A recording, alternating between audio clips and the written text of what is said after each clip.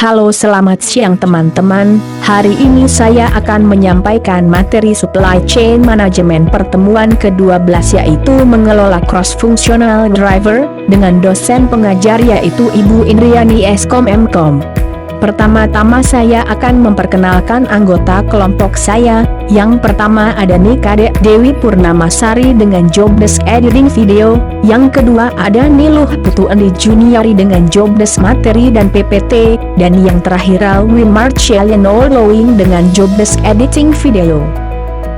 Subpokok bahasan yang akan kita bahas yaitu yang pertama sumber keputusan dalam supply chain, yang kedua harga dan manajemen pendapat dalam supply chain, yang ketiga teknologi informasi dalam supply chain, yang keempat koordinasi dalam supply chain. Sekarang saya akan membahasnya satu per satu.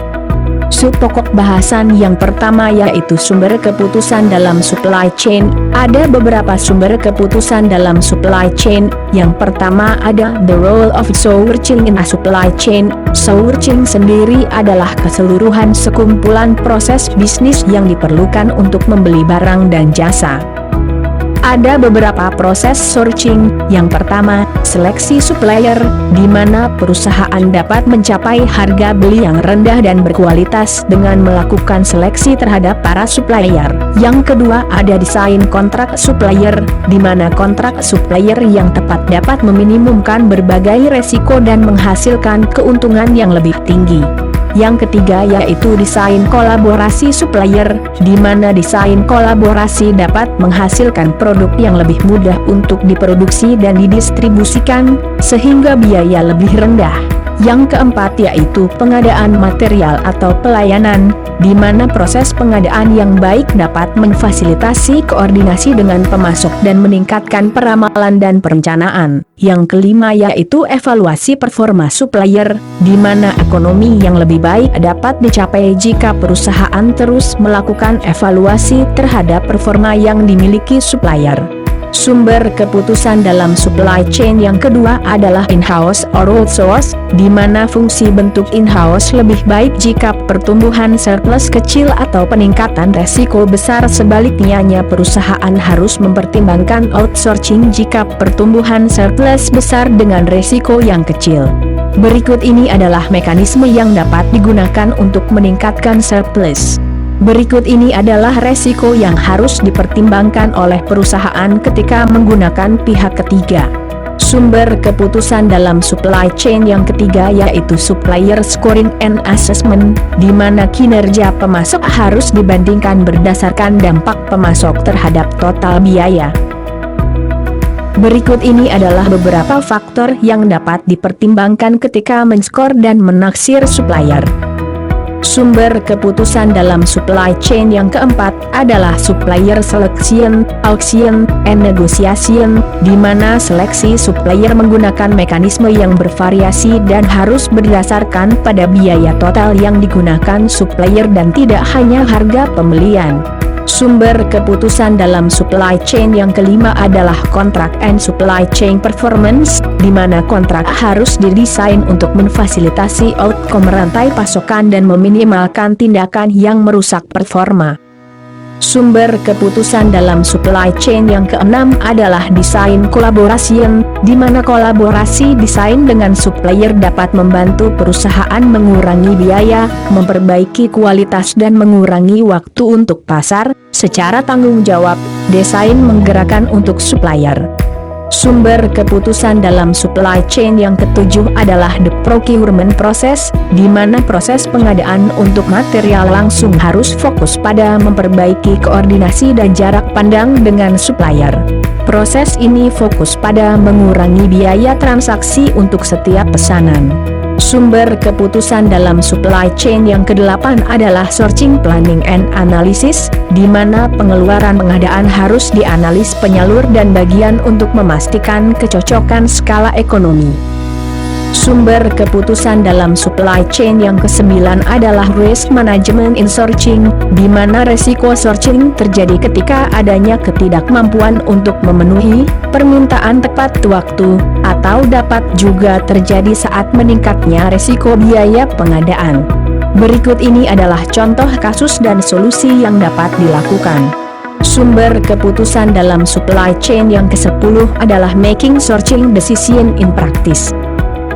Subpokok bahasan yang kedua adalah harga dan manajemen pendapat dalam supply chain, di mana harga dalam konteks pemasaran adalah sejumlah uang yang mengandung kegunaan untuk mendapatkan barang atau jasa. Seorang penjual akan menetapkan harga berdasarkan kombinasi barang ditambah beberapa jasa lain serta keuntungan yang diharapkan. Manajemen pendapat diterapkan oleh sejumlah industri manufaktur maupun jasa, seperti hotel, restoran, dan lain-lain. Tujuan utama dari manajemen pendapat adalah memaksimalkan pendapatan. Berikut ini adalah pengertian teknologi informasi secara sederhana. Ada banyak keterlibatan IT dalam supply chain. Yang pertama adalah peranan dalam manajemen hubungan pelanggan, contohnya aplikasi Salesforce Automation. Yang kedua, peranan dalam manajemen pelanggan. Dengan teknologi informasi, perusahaan dapat memberikan pelayanan dengan tingkat kepastian tinggi karena data dan informasi bersifat real-time. Yang ketiga adalah peranan dalam manajemen permintaan. Dengan menggunakan data point of sale, maka dapat menyediakan aliran efisien sepanjang rantai pasok. Yang keempat adalah peranan dalam pemenuhan pesanan, di mana pemesanan yang efektif membutuhkan integrasi dari beberapa proses. Yang kelima adalah peranan dalam manajemen aliran manufaktur, di mana untuk meningkatkan responsivitas terhadap pelanggan diperlukan modul manufacturing. Yang keenam adalah peranan dalam manajemen hubungan pemasok, di mana fungsi pembelian dikembangkan melalui mekanisme komunikasi yang cepat seperti jaringan internet. Yang ketujuh adalah peranan dalam pengembangan dan komersialisasi produk, di mana teknologi informasi digunakan oleh rantai pasok untuk mengumpulkan informasi dari mata rantai terkait dan mengalirkannya. Yang kedelapan adalah peranan dalam manajemen pengembalian. Dengan teknologi informasi maka dapat mengurangi pengembalian yang tidak dikehendaki. Subpokok bahasan yang keempat adalah koordinasi dalam supply chain, di mana rantai pasok memerlukan koordinasi untuk setiap tindakannya untuk meningkatkan keuntungan dan perhitungan dampak yang terjadi. Kurangnya koordinasi yang baik dapat mengurangi keuntungan, karena pihak dalam rantai pasok memiliki tujuan sendiri untuk memaksimalkan keuntungan sendiri. Kurangnya koordinasi dapat menimbulkan bullwhip effect, di mana bullwhip effect sendiri merupakan peningkatan permintaan konsumen ke pengecer dan sebagainya karena kurangnya koordinasi dari setiap pihak.